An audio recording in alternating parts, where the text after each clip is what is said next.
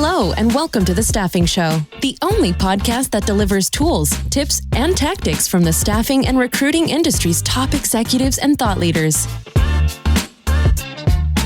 Today's podcast is brought to you by Staffing Referrals. At Staffing Referrals, we understand the challenges your agency faces every day. From finding high-quality candidates and clients to automating your recruitment process, our platform is designed to help you grow your agency faster. Imagine a world where your agency can automatically build your talent community, improve your recruiters' productivity, and automate manual processes, all the while improving the candidate experience. But don't just take our word for it. Here's what a few satisfied customers have to say. Our referral program boomed after partnering with Staffing Referrals. The technology allows us the tracking, communication, and reporting our traditional referral program desperately needed to unify and expand. Can't imagine our business without it. Are you ready to transform your staffing agency? Let's reduce your dependency on job boards, deliver the experience your candidates expect from a modern business, and turn your talent pool into a competitive advantage. Visit staffingreferrals.com and get ready to grow.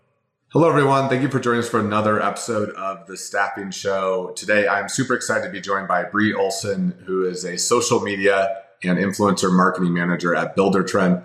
Bree, really excited to have you on the show. There's a topic I'm passionate about that you are expert in, and I'm excited to have this conversation about how influencer marketing works and how it's worked in the staffing industry. To kick things off and to give people a little bit of your background and understand how you got into staffing and kind of where you're at today, why don't you just go ahead and tell us a little bit about your background? Yeah, absolutely. Well, also very excited to be here. I love a chance to be able to geek out about influencer marketing and this kind of stuff. So I started in staffing 5 years ago. My previous experience was at Fusion Medical Staffing. Had a wonderful experience. I gained so much knowledge working there. I was their social media strategist. So I did the social media side, and then the influencer component came a little bit later. But I quickly became very passionate about it, very passionate about growing our brand awareness, utilizing these influencers in this very niche market to get Fusion's reach out there. And it was an awesome experience. And now I'm super excited to be moving over to Buildertrend, where I will get to continue doing social media and influencer marketing in a whole new space. Awesome. That's amazing. And so you were there at Fusion through the marketplace days of helping to build awareness, which is really cool. So tell us a little bit about, I think when people hear influencer marketing, sometimes they think, oh, that's for consumer brands. They think it's maybe not necessarily for the staffing industry. Tell us a little bit about how you define influencer marketing and some of the things that you've worked on in the past. Yeah, so I remember even before I started my previous role, I worked in an advertising agency. And I remember one of the businesses was motor oil. And there was an influencer marketing program that they did around motor that, promoting motor oil, because there's car influencers, but really that's where I began to realize there is an influencer in any market you could possibly think of. It's not just the beauty brands and the fun sodas. It's anything you could think of. You could go and find an influencer that could help boost your brand's awareness and recognition and find a very targeted audience. So that's really where it started. And then, like you said, Fusion Marketplace, when that came along, it was very new business. I literally created the handles myself, like on Facebook, and they were like, we want influencers to help promote this. So starting from ground zero followers, to me DMing these nurse influencers saying, hey, we're this new company. I even got kicked off of Instagram for 24 hours because they thought I was spam. So you learn. You learn. And just starting small with micro influencers who have anywhere from 1,000 to 5,000 followers. Yeah. You just kind of work your way up. And it's really cool to see, once you kind of get one person, usually that niche community of influencers is very small. And so they'll see that and be like, I want to work with them, or I could work with them. And my email got passed around by these healthcare workers because they knew that we wanted to build this brand. So it's really cool that you just kind of have to start, and you might get kicked off of Instagram and you might work with very small influencers, but that's how you build. That's amazing. So you were doing kind of the direct one-to-one outreach, and and I know the Fusion brand obviously expanded so much over the years. What are some of the results that you saw, and maybe you could dig into some of the best practices as well. Yeah. So I think something to always think about when you're starting with influencer marketing is you're talking to a person who this is their job.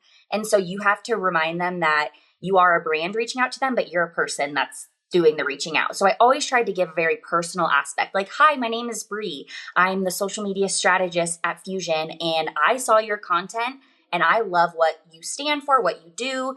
We also stand for those things, and we would love to partner with you.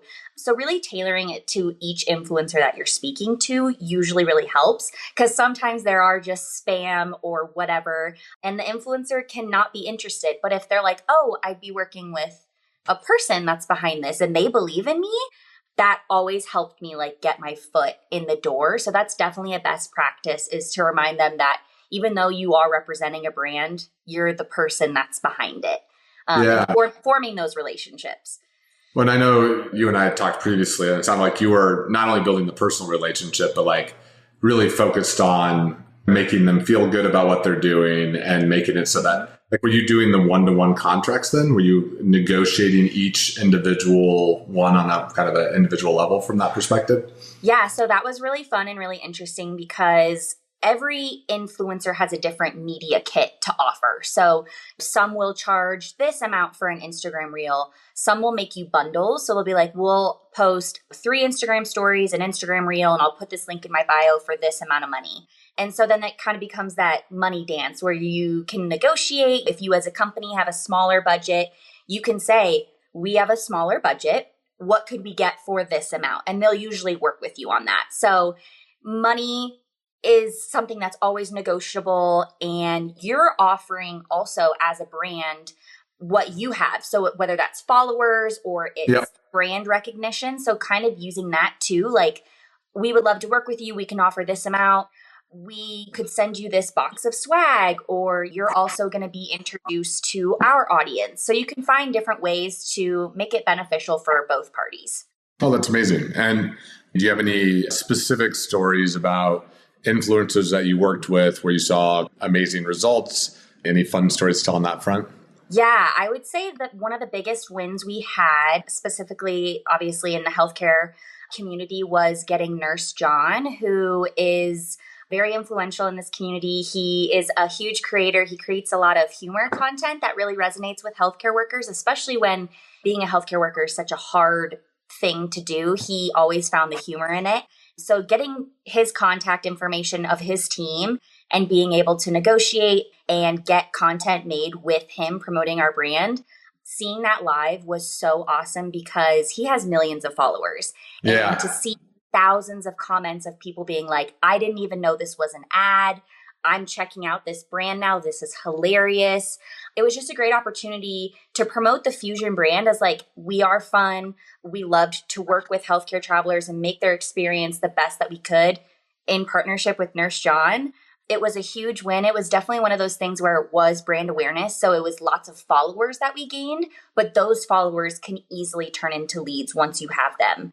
So that was a big deal. It was a good chunk of money, but definitely worth it. Yeah. And one of the areas that when I think of influencer marketing, I know a lot of CEOs and marketing in general sometimes, because under the microscope of like, how do you actually measure the ROI here? Yeah. What were some of the ways that you guys actually did measure ROI? Were you able to get to hard numbers in terms of the impact that it had? Yeah. So every campaign, it was always like, what is the goal here? Is the goal more followers? Is the goal lots of views? Or is the goal link clicks in our bio? Is the goal to drive them somewhere else? And so I always tried to figure that out before we had a campaign. One of the best ways we saw direct ROI was creating an affiliate program that went hand in hand with the influencer program. So we took those influencers, and instead of just giving them a unique URL to our website, we created them a landing page where their followers could go if they were interested in us and fill out a quick application. And that quick application automatically went to recruiters. So it literally was 2 touch points, and we already had them in where we wanted them to be to turn them into a lead. So that was really beneficial. That was really fun to stand that up and to take our influencers who I already had these trusted relationships and say, hey, I have this even better opportunity for you. It's going to help you get some extra money in your pocket, and it's going to help us turn directly the followers that you have into leads. So again, showing the win-win with working with an influencer usually helps. Yeah. And what type of content did you give to them to kind of empower them to share? How do you get people to stay on message, or do you even try to do that? What's the approach? No, you want them to stay on message. And I think that's something that can be a little scary about working with an influencer that's like an outside party to your business, is like, how are they going to stay on brand? How are they going to know our voice? But providing a creative brief is the best way to do that. Here's direct talking points that we like to hit. Here's our taglines. Here's our demographic. Here's how we like to talk to them. Providing all of that information up front helps the influencer then, when they're making the content for you, know what you're looking for, because it's always such a painful thing when an influencer sends you their content and you have to be like, can you try again and try these, you know?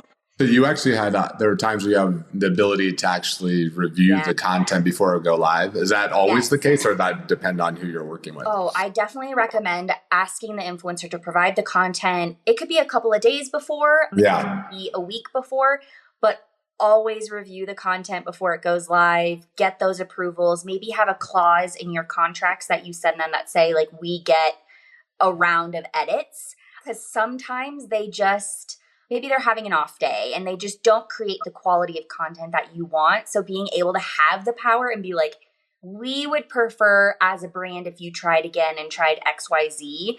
Usually they're very receptive and they're like, oh my gosh, I would love to try again. So that was always nice to be able to do that. Yeah, no, that makes a ton of sense. I haven't even thought about that part of having the creative edits. I always assumed it was pass the content over, and because it's usually them sharing the content themselves on their platform. So you definitely want to make sure it aligns with everything before it goes out into the world. Yeah. And do you have any kind of biggest fails, mistakes, any lessons learned, things to avoid that you're able to share? Allowing yourself that time for the edits, because sometimes it gets down to the wire and I would be messaging an influencer right before and say, hey, please don't post. Remember, we need to see it again, because they're busy. Sometimes these influencers have other jobs and they're healthcare workers or whatever it is. And sometimes they're like, I'm so sorry, I work today, I can't refilm. And then you're moving around your social schedule to make it fit. So the biggest thing I can say is give yourself time for those edits. I would rather be sitting on a piece of content for like a week waiting for it to go live than be scrambling the day of. Absolutely. That makes a ton of sense. And kind of jumping over to the strategy side of this. So for a lot of our listeners, they're looking for ways to drive social media influence, to drive engagement, ultimately driving placements and lowering the cost of hire. What are some tactics, whether it be from an influencer perspective or just generally on a social media strategy? What are some things that you would recommend if you're a healthcare staffing firm or any staffing firm listening to this, that they should go out and implement, some first steps that they could take to kind of enhance what they're doing today? Yeah, that's a great question. I've actually had a lot of conversations recently with some different healthcare staffing companies and helping provide some of those touch points based on looking at their social medias. And a lot of it is, I don't think some companies realize the importance of video content and how much that is going to resonate more and longer with your audience.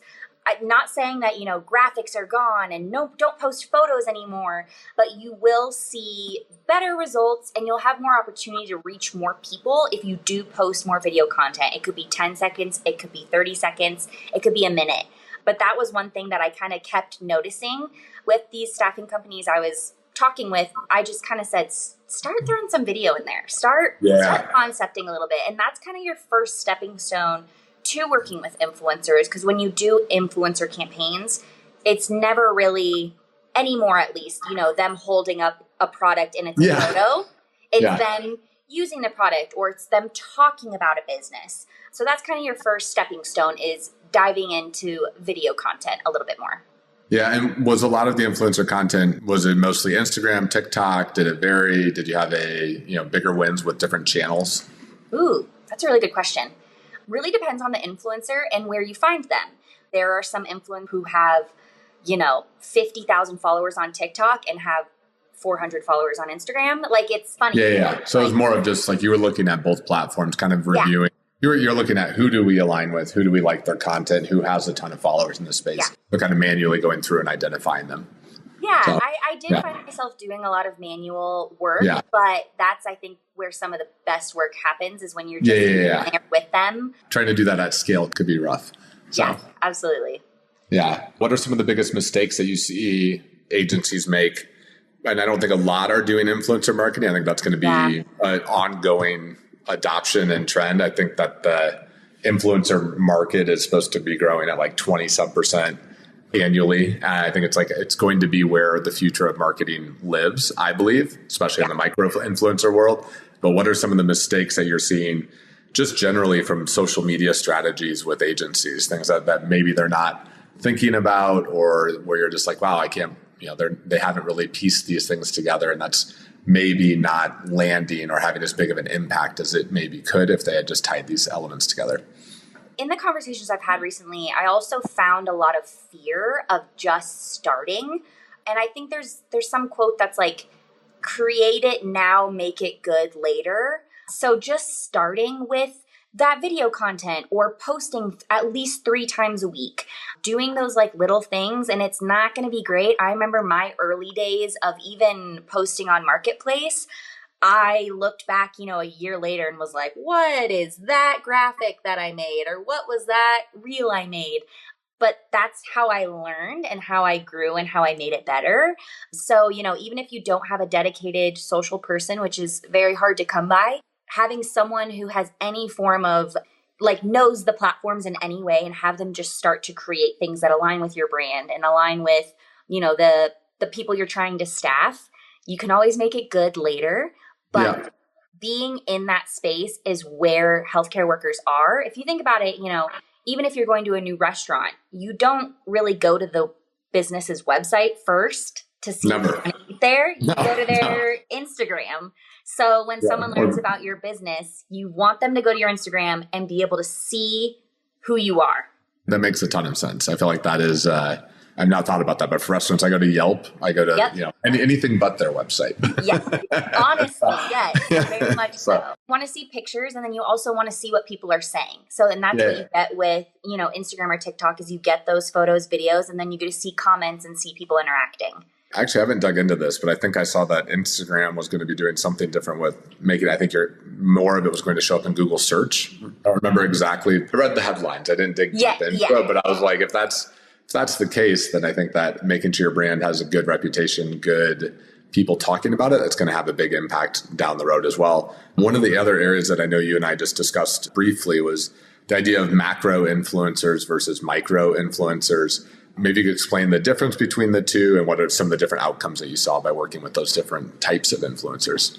Yeah, so my social strategy with influencers was to always vary. So not just only working with those macro influencers who have anywhere between 100,000 to several million followers, and thinking about those micro influencers that have 5,000 to 25,000. I'm not even sure what the ranges are anymore that's considered micro and macro, but having a good social mix of those is very important, because with micro influencers, one, they will be cheaper and nicer on your budget. But if you think about it, their audiences are going to be smaller and more targeted. And that audience is going to trust that influencer just a little bit more, because that they're working with brands that they really believe in, or that what they're sharing is things that's actually important to them. Where sometimes when you have macro influencers, people who have these large followings, who knows what they're even promoting or what they're sharing about, and their audiences could be, I follow Nurse John. I'm not a healthcare worker, but I follow him because he's funny. Yeah. So if I see something that is healthcare staffing, that is a paid promotion, it's not going to apply to me, and I won't be that target audience. But say, I'm following a micro influencer that's talking about a new mascara that they love, I'm probably going to go buy that mascara. So it's good to have a good mix of both. I understand in this market, it's very hard to find that budget for influencers, but you will find that if you can build relationships with these micro influencers, sometimes their ROI and their brand awareness can be even better than working with those big guns. So There was a Harvard Business Review article about this as well on the micro side, which it was interesting to hear you talk about it, because I saw it was maybe 3 or 4 months ago that it was like I think one of the top ROIs was working with the micro because of the authenticity. When you're working with smaller people, it's easy. You're like, oh, I believe them. I believe that this is real, versus somebody who has 1 million followers and kind of just showing the product briefly. That's really great. Last question I've got on the influencer side of things. I know we're jumping around a little bit here, but you did talk about how you kind of help tailor the message and give them the content to provide. If somebody was looking to jump into this, like what type of content are you giving them a package? Are you telling them like, here's a script? Like, how do you approach that part of the conversation? The first thing I always did was I looked at what type of content performed well on that influencer's page. Oh, that's great. So there were some influencers who I worked with who were super great at, it looked kind of like this, like FaceTime style, and being like, okay, guys, I have this new thing I want to tell you about.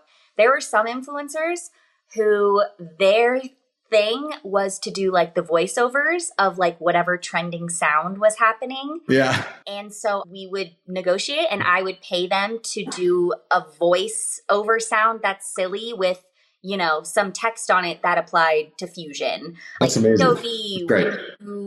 When you finally land a travel contract with Fusion, and it was some silly, like nothing beats a Jet 2 holiday, that trending sound.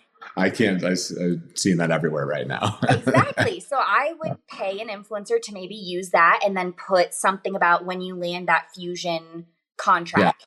So you have to look at what the influencer is already good at. That's great. Then when I would email them, I would send them examples of their own work to show them, hey, I see you, I understand you. And be like, can you create something similar to this? And sometimes I would provide an idea and say, hey, I was scrolling, I saw this idea, can you do this? And they'd be like, yep. And they love that. It's less work for them if I'm like, hey, do this. Or they'd be like, I saw something, I want to pitch you this idea. And they would share it. And that was always really fun, was just the back and forth of like the creative. So you really have to look at what the influencer is already doing, because if it's not authentic to them and their brand, it's not going to feel authentic to what you're sharing. That's an element I've never thought about, but that's really smart, because you could then also be like, well, this got tons of traction with their audience, and we know that this resonates with their audience. So how do we connect to that and connect our brand to that element? That's really strategic on that front. Yeah. That's great. So we're to the speed round of the podcast. So 2 last questions for you. What book or books have you given most as a gift, or that has had the biggest influence on your life? I love that question. I actually just bought one of my friends a book by this author for her birthday. The book is 101 Essays That Will Change the Way You Think by Brianna Weiss.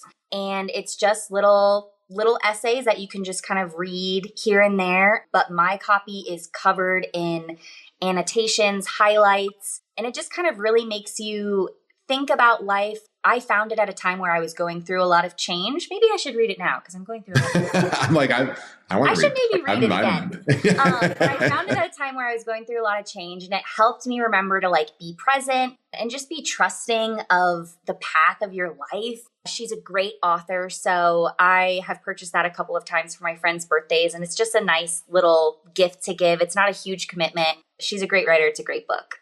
Awesome. And she has a great name, Brianna. Great recommendation. I'm excited about that. What's the habit that has changed your life the most in the last 3 to 5 years? Oh boy. The first one that comes off the top of my head, especially working in social media and in this industry, is staying off my phone first thing in the morning. Your alarm goes off, you turn it off on your phone, and then you open Instagram, and then, it's hard because you're starting your day seeing what the rest of the world is doing instead of focusing on what you need to do for the day. So I've really tried to be off my phone in the morning. I'm not perfect. I still sometimes find myself scrolling, but the days when I just get up and not look at my phone for like the first hour of the day, I'm more productive. I'm more relaxed. So that's something I'm still working on, but highly recommend if you're one of those people that's a early morning scroller. I think that is one of those habits that can be really detrimental. So it's a good one to get rid of. And it's also so easy to roll over in bed and be like, oh, what's going on? Yeah. And like having it be my job, sometimes it's hard to like separate and turn it off. And if I can have that peace in the mornings, that's usually great. So great habit and great change. And well, Bree, I really enjoyed this conversation with you. I'm excited to have you on the show. Are there any closing comments that you have for the audience? Anything that you'd like to share? I'm just going to go back to that quote. Just create now, make it good later, and just start social media. Just start. Awesome. Well, thanks so much, Bree. This was a great conversation. Thank you so much. Thanks for listening to The Staffing Show. Don't forget to sign up for our newsletter at staffinghub.com to never miss an episode.